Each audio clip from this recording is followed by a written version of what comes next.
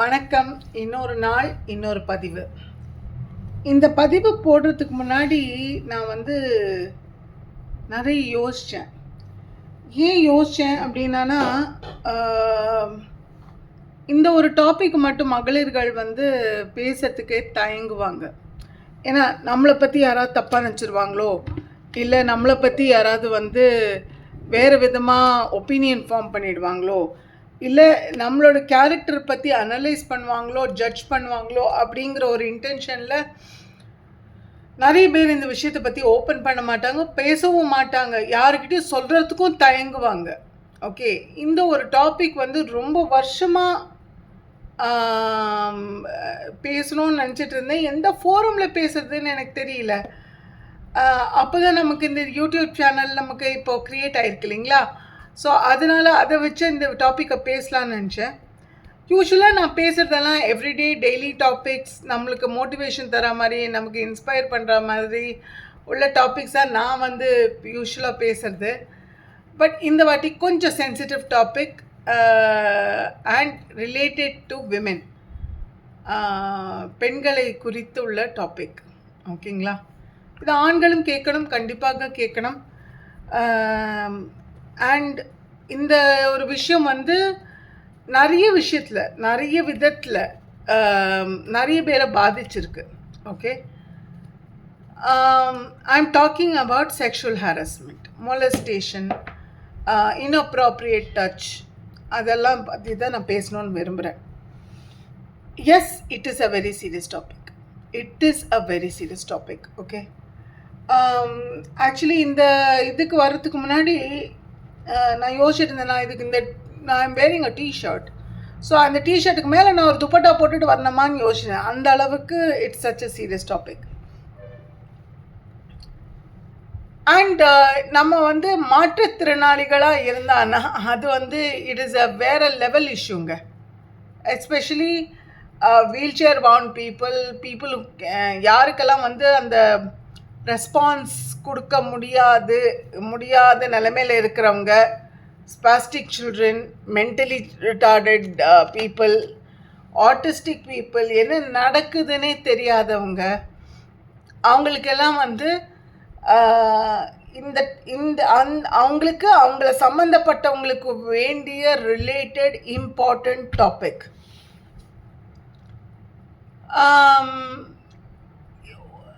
So நான் என்ன நினச்சிட்டு இருந்தேன்னா, இப்போ பொம்பளை ஜென்ரலாக நம்ம சொசைட்டியில் இருக்கிறது பர்செப்ஷன் என்னென்னா, ஆம்பளைங்க சுப்பீரியர். ஓகே, மேலே இருக்கிறவங்க, பொம்பளைங்க தாழ்த்தப்பட்டவங்க. அப்படி தட் இஸ் நம்ம இங்கிலீஷில் சொல்லுவாங்களே, ஸ்ட்ராங்கர் செக்ஸ், வீக்கர் செக்ஸ் அப்படின்னு சொல்லிட்டு, அந்த மாதிரி வீக்கர் ஜெண்டர், ஸ்ட்ராங்கர் ஜெண்டர் அப்படின்னு சொல்லுவாங்க இல்லையா, அந்த மாதிரி. பட் ஆக்சுவலி பார்த்தீங்கன்னா, women are the stronger personalities. They are one of the stronger people in the picture. ஏன் அப்படி சொல்கிறேன் அப்படின்னா, த அமௌண்ட் ஆஃப் எவ்வளோக்கு எவ்வளோ ஃபிசிக்கல் ஸ்ட்ரென்த் அவங்கக்கிட்ட இருக்குது. நான் இங்கிலீஷ்லையும் தமிழ்லையும் தான் இந்த வாட்டி பேசுகிறேன், என்னை ப்ளீஸ் மன்னிச்சுக்கோங்க. பிகாஸ் ஏன்னா நம்ம ரெண்டு விதமான ஆடியன்ஸ்க்கு நான் தெரிவிக்க விரும்புகிறேன். அதனால் இங்கிலீஷும் தமிழும் சேர்ந்து கலந்து தான் நான் பேசுகிறேன். நான் அதுக்கு ஒரு டிரான்ஸ்கிரிப்டும் நான் போடுறேன், தமிழ்லையும் போடுறேன், இங்கிலீஷ்லேயும் போடுறேன்.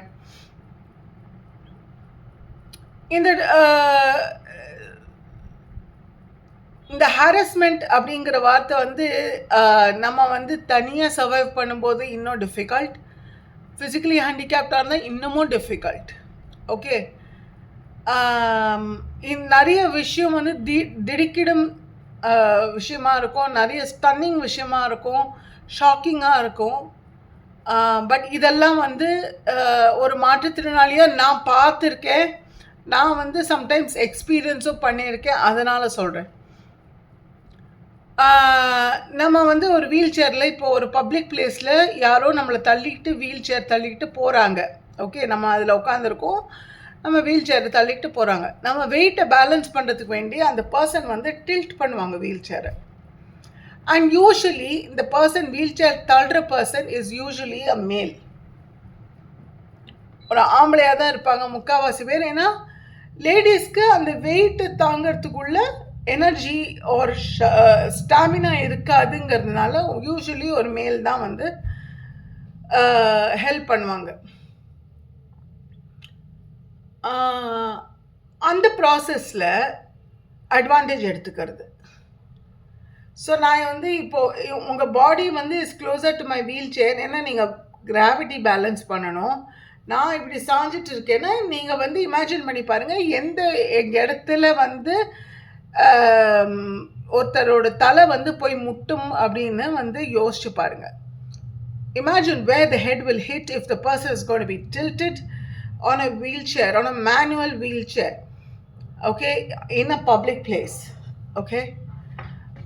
அந்த மாதிரி இருக்கிற நிலைமையில் ஒருத்தர் வந்து எப்படி ரியாக்ட் பண்ணணும்? ஏன்னா அவங்களுக்கு அந்த ஹெல்ப் அந்த டைமில் தேவை. அந்த ஹெல்ப் அவங்களுக்கு அந்த டைமில் தேவை. அவங்க ஒரு ஹெல்ப்பாக தான் கேட்குறாங்க.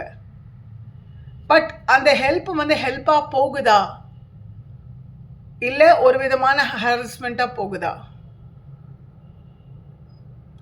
இது நிறைய நார்மல் பீப்புளும் இதெல்லாம் ஃபேஸ் பண்ணுறாங்க. பட் நார்மல் பீப்புளுக்கு அதை விட்டு ஓடி போகிறதுக்கு ஒரு சான்ஸ் இருக்குது. ஆனால் உள்ளே வந்து நம்ம தாழ்த்தப்பட்டவங்க, நம்மளால் வந்து அதை பற்றி பேசக்கூடாது அப்படின்னு நினைக்கிறவங்க நிறைய பேர் இருக்காங்க. நம்ம ஒரு படம் வந்தது, ஐ டோன்ட் நோ எல்லாருக்கும் ஞாபகம் இருக்குமான்னு தெரில. அந்த பேர் எனக்கு படம் பேர் ஞாபகம் இல்லை. பட் தமிழில் வந்து அஜித் நடித்த ஒரு படம், லாயராக நடித்த படம்.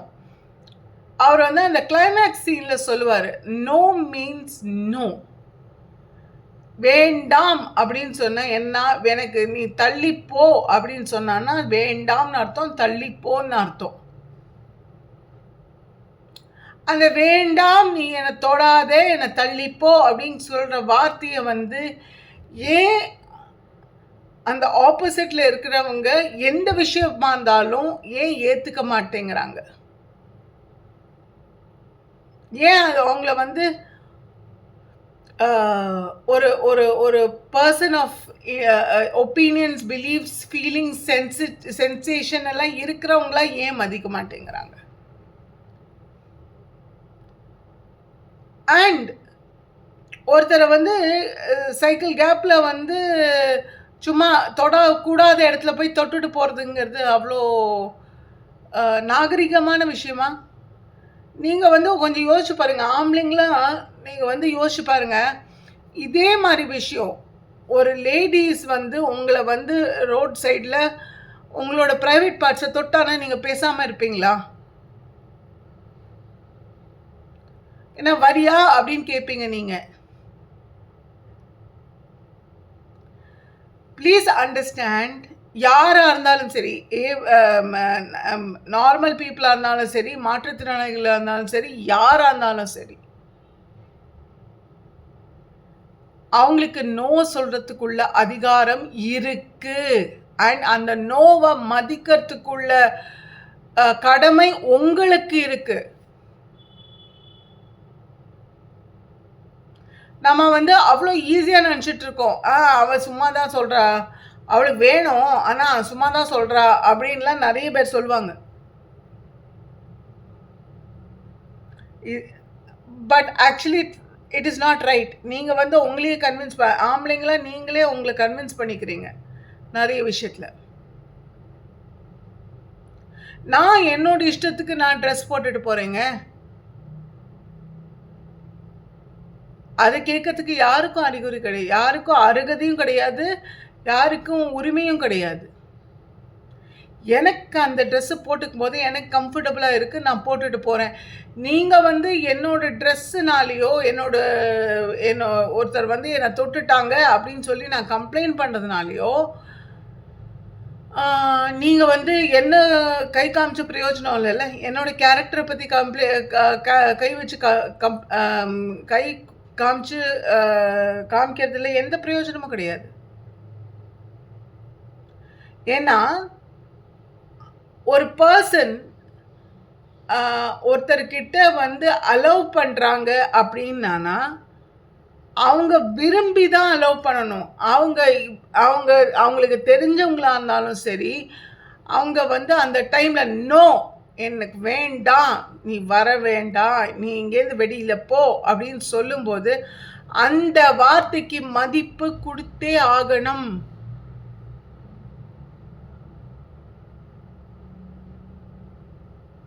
நம்ம நிறைய விஷயத்துல வந்து நம்ம வந்து ஓகே, இந்த உலகமே அப்படிதான், நம்மளால ஒன்றும் பண்ண முடியாதுன்னு நினச்சிட்டு இருக்கோம். பட் நம்மளை சுற்றி இருக்கிற ஆம்பளைங்க கிட்டேருந்து நம்ம ஏன் இந்த சேஞ்ச் எதிர்பார்க்கக்கூடாது? நம்ம சுற்றி இருக்கிற ஆம்பளைங்க கிட்டேருந்து அந்த சேஞ்ச் நம்ம வந்து இம்ப்ளிமெண்ட் பண்ணான்னா நம்ம ஸ்லோவாக ரீஇன்ஃபோர்ஸ் பண்ணி என்ன வேண்டாம், எனக்கு முடியாது. நிறைய மேரேஜஸ்லேயும் அந்த மாதிரி தாங்க நடக்குது.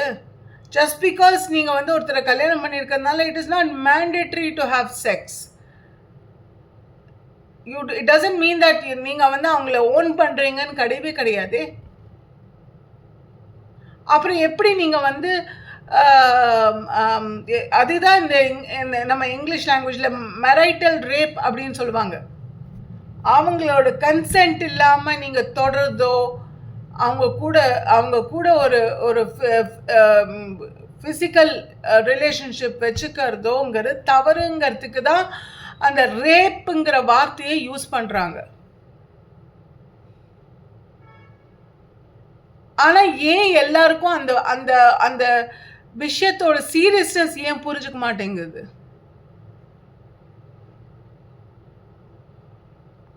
இப்போ நான் ஒரு பேஷண்ட்டாக ஒரு ஹாஸ்பிட்டலுக்கு போனால் கூட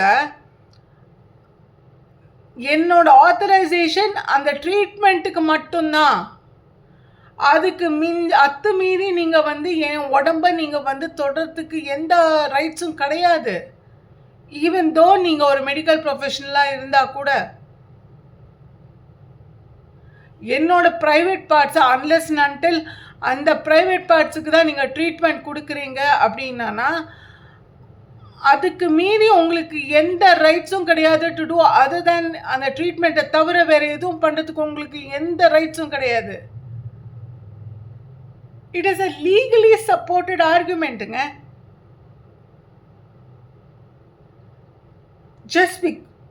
ஜஸ்ட் பிகாஸ் ஒரு ரெண்டு ஜெண்டருக்கு நடுவில் அந்த ஃபிசிக்கல் டிஃப்ரென்சஸ் இருக்கிறதுனால டசன்ட் மீன் தட் அவங்க வந்து ஸ்ட்ரென்த் வைஸ் அவங்க கம்மியோ இவங்க ஜாஸ்தியோ அப்படிலாம் ஒன்றுமே கிடையாது. உங்களால் வந்து குழந்தை பெற்றுக்க முடியுமா? அந்த குழந்தை பெற்றுக்கிற வலி எப்படி இருக்குன்னு உங்களுக்கு தெரியுமா? இப்போ யாராவது உங்கள் அத்து மீறி உங்களுக்கு ரொம்ப பிடிச்ச பொருளே வேணாம், உங்களுக்கு சொந்தமான ஒரு பொருளை யாராவது அத்து மீறி எடுத்துகிட்டு போனால் உங்களுக்கு கோபம் வருமா வராதா? என் உடம்பு என்னோட ப்ராப்பர்ட்டி. எல்லாருக்குமே அவங்கவுங்க உடம்பு அவங்களோட ப்ராப்பர்ட்டி. அதை எடுக்கிறதுக்கோ தொடர்றதுக்கோ யாருக்கும் அதிகாரம் கிடையாது.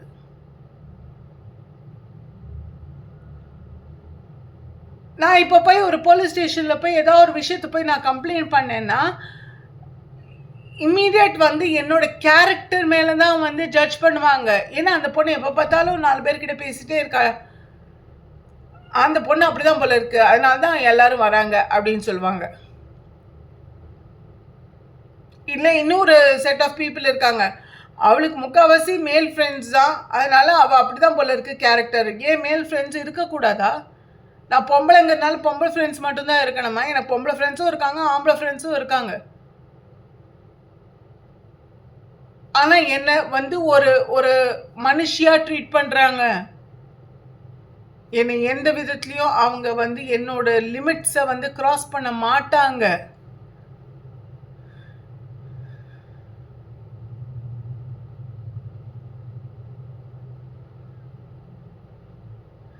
ஏன் வந்து இந்த உலகம் வந்து அந்த ஒரு பேசிக் ரெஸ்பெக்ட் ஃபார் பீப்புள், நம்ம சக மனிதருக்குள்ள அடிப்பட்ட மரியாதையை ஏன் நம்ம கொடுக்க மாட்டேங்கிறோம்? மனிதர்கள்னா ஆம்பளைங்க மட்டும் கிடையாது இல்லைங்க, மனிதர்கள் பொம்பளைங்க குழந்தைங்க யாராக இருந்தாலும் சரி.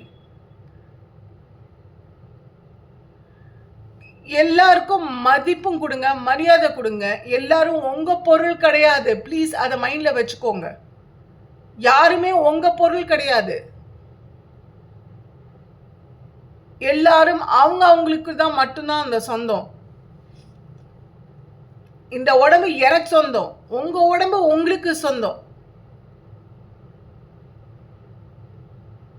அத அத்துமீறி இன்னொருத்தர் உடம்பை நீங்க தொடர்றதுக்கு எந்த ரைட்டும் கிடையாதுங்க.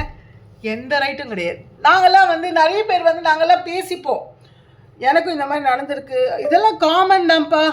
இதெல்லாம் நம்ம சீரியஸாக எடுத்துக்கிட்டோன்னா நம்ம ஒன்றும் பண்ண முடியாது. பிகாஸ் நம்ம போய் கம்ப்ளைண்ட் பண்ணுறது யாரும் ஒரு மேல் டாமினேட்டட் வேர்ல்டில் போய் மேலுக்கு எதிராக கம்ப்ளைண்ட் பண்ணாங்கன்னா they will obviously be protective. அவங்கள அந்த ஜெண்டரை அவங்க தான் ப்ரொடெக்ட் பண்ணுவாங்க.